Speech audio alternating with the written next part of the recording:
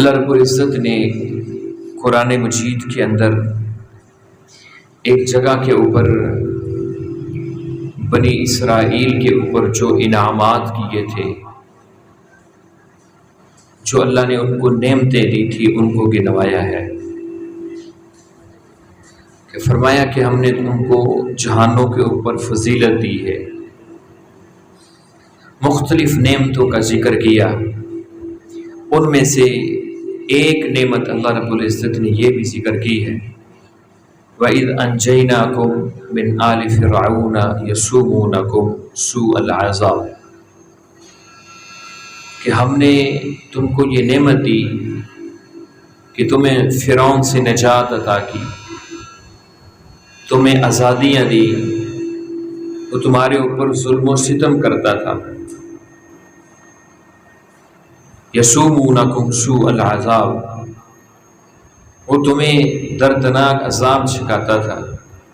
یذبحون ابناءکم، وہ تمہارے بیٹوں کو ذبح کرتا تھا، بیٹوں کو مار دیتا تھا۔ ویستحیون نساءکم، اور تمہاری بیٹیوں کو زندہ رکھتا تھا۔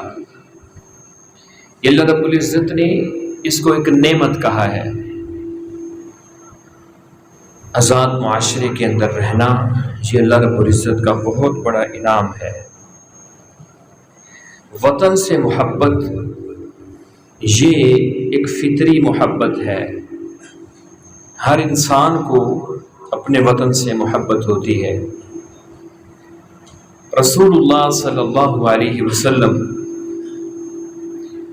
جو اس دنیا کے اندر ایک کامل ترین ہستی ہے، کامل ترین مسلمان ہیں، آپ صلی اللہ علیہ وسلم کو بھی اپنے وطن کے ساتھ بڑی محبت تھی، بڑا پیار تھا۔ رسول اللہ صلی اللہ علیہ وسلم کو جب اللہ تعالیٰ نے حکم دیا کہ آپ مکے کو چھوڑیں، مدینے میں جا کر رہائش اختیار کریں، رسول اللہ صلی اللہ علیہ وسلم جب مکے کو چھوڑ رہے تھے تو آپ صلی اللہ علیہ وسلم یہ بات ارشاد فرما رہے تھے، ما اطیبک من بلد، ما اطیبک من بلد، کہ اے مکہ، میرے نزدیک تم سے پاکیزہ شہر کوئی نہیں ہے، وَأَحَبَّكِ إِلَيَّ، اور تو مجھے بہت محبوب ہے، مجھے تیرے ساتھ بڑی محبت ہے۔ وَلَوْلَا أَنَّ قَوْمِي أَخْرِجُونِي مِنْكِ مَا سَكَنْتُ غَيْرِكِ، اے مکہ شہر، اگر یہ تیرے باشندے، تیرے رہنے والے مجھے یہاں سے نہ نکالتے تو میں کبھی تجھے چھوڑ کر نہ جاتا۔ رسول اللہ صلی اللہ علیہ وسلم اپنے مکے کو چھوڑا، مدینے کے اندر چلے گئے، صحابہ کرام بھی چلے گئے ہیں۔ آپ کے صحابہ کرام کی حالت یہ تھی کہ صحابہ کرام مکے کو یاد کر کر کے رویا کرتے تھے، اپنے عزیز و اقارب کو، اپنے گھروں کو یاد کر کے رویا کرتے تھے۔ رسول اللہ صلی اللہ علیہ وسلم نے جب یہ حالت دیکھی، آپ صلی اللہ علیہ وسلم نے اپنے ہاتھوں کو اٹھایا اور آپ نے دعا فرمائی، اللہم حبب الینا المدینہ کحب مکہ او اشد، یا اللہ ہمارے دلوں کے اندر مدینے کی محبت کو ڈال دے۔ یہ جو میرے صحابہ ہیں اپنے گھروں کو چھوڑ کر آئے، ان کے دلوں کے اندر مدینے کی محبت کو ڈال دے، جیسے مکے کی محبت انہیں ان کی دلوں کے اندر ڈالی۔ فرمایا کہ یا اتنی محبت ڈال دے یا اس سے بھی زیادہ محبت ڈال دے۔ پھر رسول اللہ صلی اللہ علیہ وسلم کو آپ کی یہ دعا قبول ہوئی، اور آپ صلی اللہ علیہ وسلم کو مدینہ شہر سے اس قدر محبت ہوئی، راوی بیان کرتے ہیں کہ نبی صلی اللہ علیہ وسلم جب آپ سواری کے اوپر واپس لوٹتے، کسی بھی سفر سے واپس لوٹتے، آواز کام کرو یار،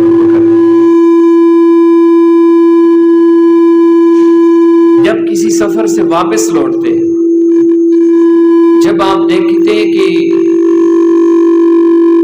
مدینہ کے در و دیوار نظر آ رہے ہیں تو آپ اپنی سواری کو تیز کر دیتے کہ جلدی میں اپنے گھر کے اندر پہنچ جاؤں۔ یہ رسول اللہ صلی اللہ علیہ وسلم کی حالت تھی، اپنے وطن کے ساتھ محبت۔ صحابہ کرام کو بھی اس قدر محبت تھی۔ جب مکہ فتح ہوا تو کچھ لوگوں نے کہا کہ اب تو مکہ فتح ہو چکا ہے، رسول اللہ صلی اللہ علیہ وسلم اپنے گھر کے اندر واپس لوٹ جائیں گے، اپنے شہر میں واپس لوٹ جائیں گے۔ نبی صلی اللہ علیہ وسلم کو یہ بات پہنچی، آپ نے انصار مدینہ کو جمع کیا، آپ نے ایک خطبہ ارشاد فرمایا، آپ نے فرمایا تمہارا کیا خیال ہے میں مدینے کو چھوڑ کے چلا جاؤں گا؟ نہیں، میں ہرگز مدینے کو چھوڑ کر نہیں جاؤں گا، اب میری ساری زندگی اسی شہر کے اندر ہی گزرے گی۔ تو یہ ایک فطری محبت ہے، ہر انسان کو ہوتی ہے۔ انبیاء کرام کا بھی تذکرہ اللہ رب العزت نے قرآن مجید کے اندر کیا ہے۔ تو وطن کے ساتھ محبت یہ ایک فطری عمل ہے۔ اب اس محبت کو محبت کیسے بنائیں گے؟ ہم سمجھتے ہیں کہ سال بعد ایک دن منا لیا اپنے انداز کے ساتھ، وہ بھی اس انداز کے ساتھ نہیں، ہم بڑے عجیب و غریب طریقے سے اس دن کو مناتے ہیں اور ہم سمجھتے ہیں کہ یہ حق ادا ہو گیا ہے۔ جب کسی قوم کو اللہ فتح نصیب کرتا ہے اس کی حالت کیا ہوتی ہے؟ بنی اسرائیل کو اللہ رب العزت نے حکم دیا تھا کہ جب تم نے شہر کے اندر داخل ہونا ہے سجدن، سجدہ کرتے ہوئے۔ یہ ایک اچھے معاشرے کی، مہذب معاشرے کا یہ طریقہ کار ہوتا ہے۔ رسول اللہ صلی اللہ علیہ وسلم نے، آپ نے جب مکہ کو فتح کیا تو راوی بیان کرتے ہیں کہ جب آپ مکے کے اندر داخل ہو رہے تھے تو اللہ کے آپ فاتح بن کے جا رہے ہیں، لیکن حالت کیا ہے؟ آپ کا سر جھکا ہوا ہے، اتنا آپ صلی اللہ علیہ وسلم کا سر جھکا ہوا تھا کہ اونٹ کے ساتھ جو ہے نا آپ کا سر لگا ہوا تھا۔ سجدہ کرتے ہوئے رسول اللہ صلی اللہ علیہ وسلم مکہ شہر کے اندر داخل ہو رہے ہیں۔ رسول اللہ صلی اللہ علیہ وسلم جب بھی کسی علاقے کو فتح کرتے تو آپ کے شکر کرنے کا انداز یہی ہوا کرتا، آپ کا اللہ رب العزت کا شکریہ ادا کرنے کا یہی انداز ہوا کرتا۔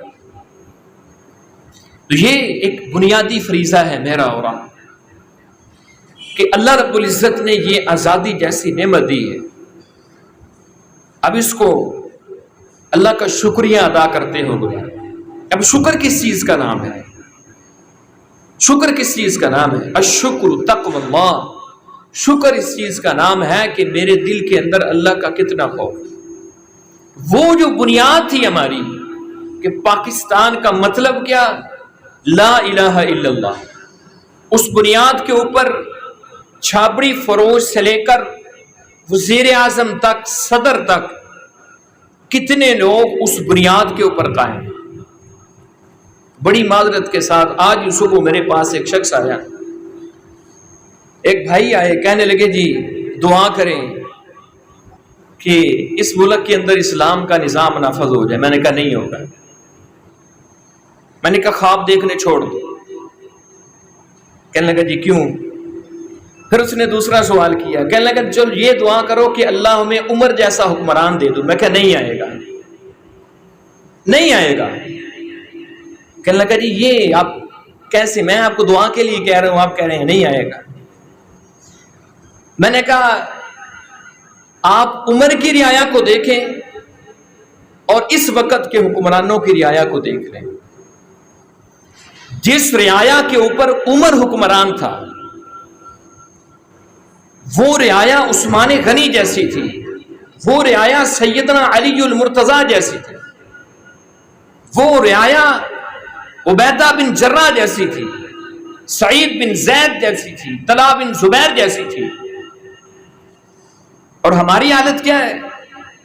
آپ ابھی اڈے پہ چلے جائیں، کسی چھاپڑی فروش کے پاس، ریڑھی والے کے پاس، 1 فٹ کے فاصلے پر کھڑے ہو جائیں، چہرہ دوسری طرف کر لیں اور اس کو کہیں کہ مجھے 1 کلو سیب تول کر دیں، 1 کلو سیب تول کر دیں۔ آپ نے اس کی طرف نہیں دیکھنا، وہ 5-7 گنڈا دے گا تھوڑے شاپر میں، اور ساتھ کہے گا کہ میں تانوں تحفہ دے رہا ہوں، اور تم گھر جا کے دیکھو گے کہ ایسے تحفہ ہوگا کہ ساری زندگی یاد رکھو گے۔ یہ بھی نعرے لگاتا ہے کہ عمران خان کھڑی چور ہے، یہ چھاپڑی فروش بھی نعرہ لگاتا ہے کہ مریم کے پاپا چور ہیں۔ یہاں پر حالت یہ ہے کہ اسبگول کے چھلکے کے اندر سوجی ڈال کے فروخت کرنے والا، شہد کے اندر چینی ڈال کے فروخت کرنے والا، وہ بھی کہتا ہے عمران خان بھی گندا ہے، وہ بھی کہتا ہے نواز شریف گندا ہے، زرداری گندا ہے، وہ کرپشن کر رہے ہیں، وہ چور ہیں۔ یہاں پر حالت تو یہ ہے، رسول اللہ صلی اللہ علیہ وسلم نے جس معاشرے کو بدلا تھا، آپ صلی اللہ علیہ وسلم سے پوچھا گیا دین کیا ہے؟ نبی صلی اللہ علیہ وسلم نے فرمایا الدین النصیحہ، دین خیر خائی کا نام، دین خیر خائی کا نام ہے۔ پھر پوچھا گیا اللہ کے پیغمبر کس کے ساتھ خیر خائی؟ آپ نے فرمایا للہ، اللہ کے لیے۔ اللہ کے ساتھ خیر خائی کیا ہے؟ عبادت اللہ رب العزت کے ساتھ خاص۔ اور معاف کیجئے گا، بر صغیر کے اندر سب سے زیادہ ڈاکہ اللہ کے اس حق کے اوپر ڈالا جا رہا ہے، اللہ کے ساتھ پتہ نہیں کس کس کو ہم نے شریک ٹھہرا دیا ہے۔ بندے تو بندے رہے، انسان تو انسان رہے، ہم نے پتھر بھی نہیں چھوڑے ہیں، ہم نے درخت بھی نہیں چھوڑے، ہم نے ان کو بھی لا کر اللہ کے مقابلے میں کھڑا کر دیا، للہ ولرسولہ۔ پھر نبی صلی اللہ علیہ وسلم نے فرمایا اس کے رسول کے ساتھ خیر خائی۔ اس کے رسول کے ساتھ خیر خائی کیا ہے؟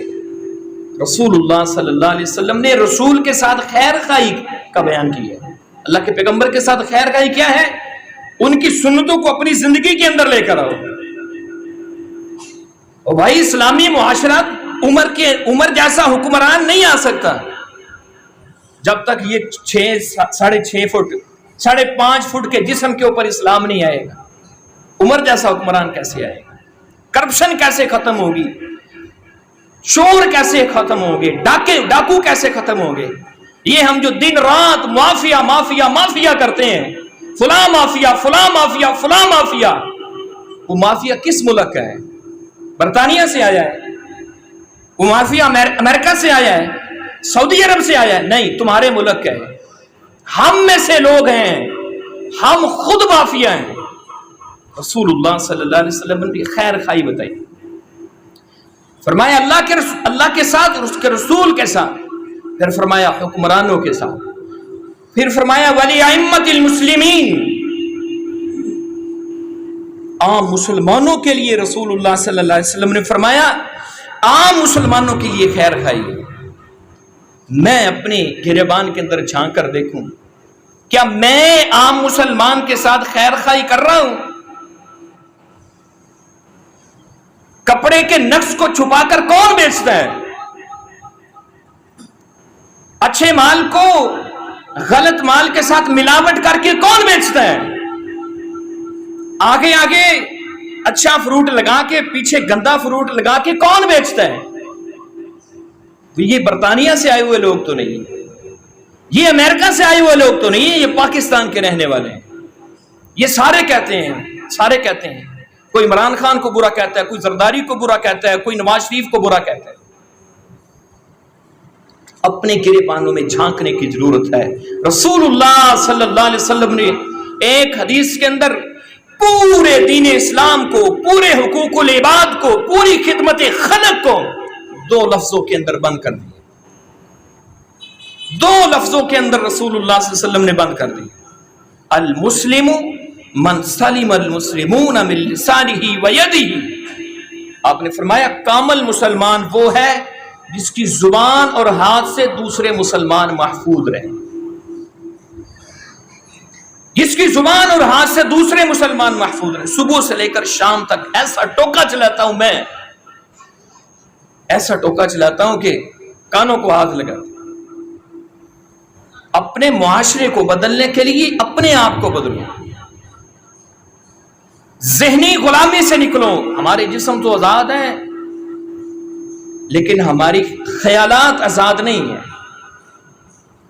خیالات آزاد نہیں ہے۔ داڑھی رکھنے والا، شلوار ٹخنوں سے اوپر رکھنے والا بھی، نمازی آدمی بھی، جب دنیا داروں کی مجلس میں جا کر بیٹھتا ہے تو اپنے آپ کو احساس کمتری کا شکار بناتا ہے، وہ اپنے آپ کو کم تر سمجھتا ہے۔ کیوں؟ تمہارا دین بہترین دین ہے، تمہیں اللہ رب العزت نے بہترین دین دے کر بھیجا ہے۔ رسول اللہ صلی اللہ علیہ وسلم نے جس معاشرے کی تربیت کی تھی، حذیفہ بن یمان رضی اللہ تعالیٰ عنہ کو جب اللہ کے پیغمبر نے اپنے سفیر بنا کر بھیجا تھا، وہ شاہی خاندان کے لوگوں کے ساتھ بیٹھ کر کھانا کھا رہے، شاہی خاندان کے ساتھ، ایک لقمہ نیچے گر گیا۔ فخر دیکھیے صحابہ کرام کا، فخر دیکھیے دین اسلام کے اوپر کس قدر اعتماد تھا، فخر تھا۔ ہم احساس کمتری کا شکار ہیں۔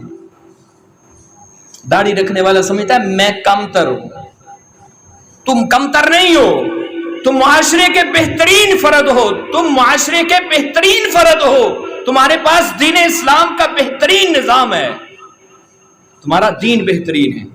حذیفہ بن یمان ایک لقمہ نیچے گرا، نیچے سے اٹھانے لگے۔ اللہ کے پیغمبر صلی اللہ علیہ وسلم کی سنت ہے، لقمہ ایک نیچے گر جائے، نیچے جگہ گندی نہیں ہے، نیچے جگہ صاف ہو تو اس کو اٹھا کر کھا لے۔ وہ نیچے جھکے اٹھانے کے لیے، ساتھ بیٹھا ہوا تھا بندہ، اس نے کونی ماری ہے، اس نے کہا حذیفہ پتہ نہیں کس کی مجلس میں بیٹھے ہو؟ ان کا پتہ ہے کن کی مجلس میں بیٹھا ہوں، لیکن میرے لیے بہترین طریقہ محمد الرسول اللہ صلی اللہ علیہ وسلم کا ہے، بہترین طریقہ محمد الرسول اللہ صلی اللہ علیہ وسلم کا ہے۔ میں نے اللہ کے پیغمبر کو ایسے ہی دیکھا ہے، جب آپ کے ہاتھ سے لقمہ گرا ہے، نیچے جگہ صاف تھی، آپ نے اس کو اٹھایا ہے، اس کو صاف کر کے کھا لی۔ بڑے بڑے مذہبی لوگوں کو میں نے دیکھا ہے، بڑے بڑے مذہبی لوگوں کو، اللہ کے پیغمبر کی سنت ہے کھانا کھانے کے بعد آپ نے فرمایا انگلیاں چاٹ لو۔ تمہیں نہیں پتا کہ کھانے کے کس حصے کے اندر برکت ہے۔ بڑے بڑے مذہبی لوگوں کو دیکھا کہ جب کسی دینی مجلس میں ہوتے ہیں تو اس سنت کے اوپر عمل کرتے ہیں، جب کسی دنیا دار کی مجلس میں ہوتے ہیں تو یہ سنت پھر بھول جاتی ہے، پھر پانی سے دھویا جاتا ہے، پھر ٹیشو سے صاف کیا جاتا ہے۔ ذہنی غلامی سے نکلو، ذہنی غلامی، نوجوان ذہنی غلامی کا شکار ہے، اس کو دین اسلام پسند نہیں۔ وہ کہتا ہے جو تو بڑھا ہو جائے گا نا، داڑھی بالکل چٹی ہو جائے گی، پھر دین والا مانگ۔ نوجوان عیسائیوں کے طریقوں کو اپنا کے فخر محسوس کرتا ہے، ان جیسا لباس بنا کے، ان جیسی حجامتیں بنوا کے فخر محسوس کرتا ہے۔ رسول اللہ صلی اللہ علیہ وسلم نے پیش گوئی فرمائی تھی، آپ نے فرمایا لَتَتَّبِعُنَّ سُنَنَ مَنْ كَانَ قَبْلَكُمْ، آپ نے فرمایا تم ضرور بے ضرور جو پہلے لوگ گزر گئے ہیں تم ان کے طریقوں کے اوپر چلو گے۔ کیسے چلو گے؟ شبرم بشبر، ذراعم بذراع، بالشت کے برابر، ہاتھ کے برابر تم ان کے طریقوں کے مطابق چلو گے۔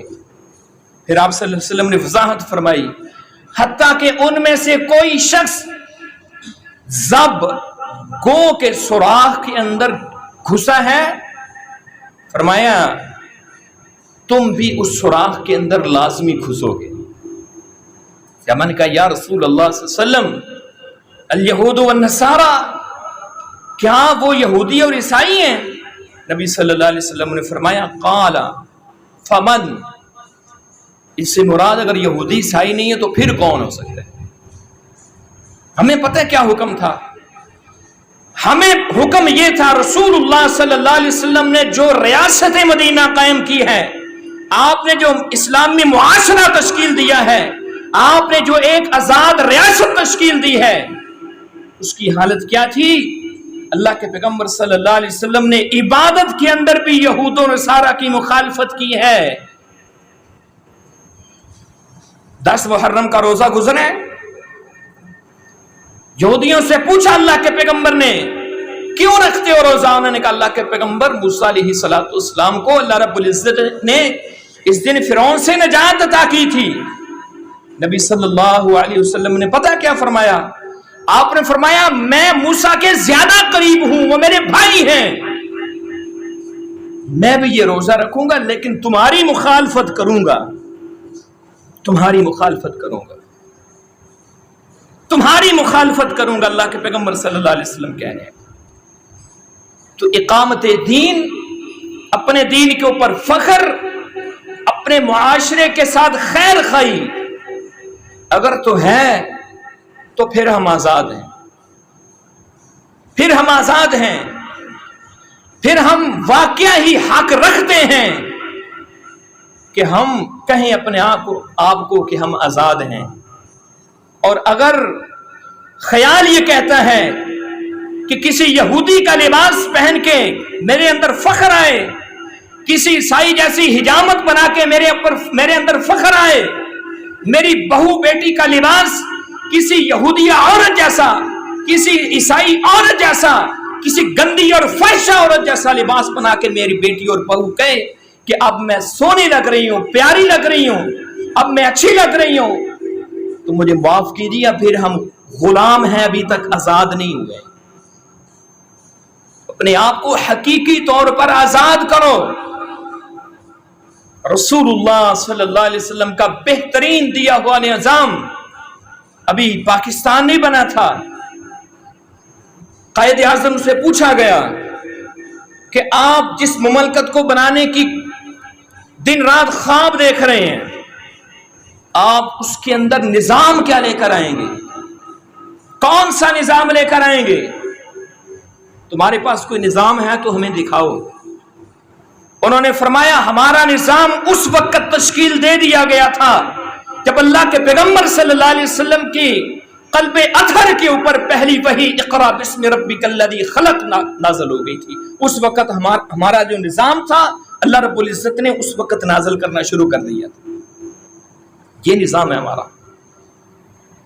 لیکن یہ نظام صرف اوپر والے طبقے نہیں، میری بھی تو ذمہ داری ہے نا، جو میں اس سے پہلے آپ کو ادا کر چکا ہوں۔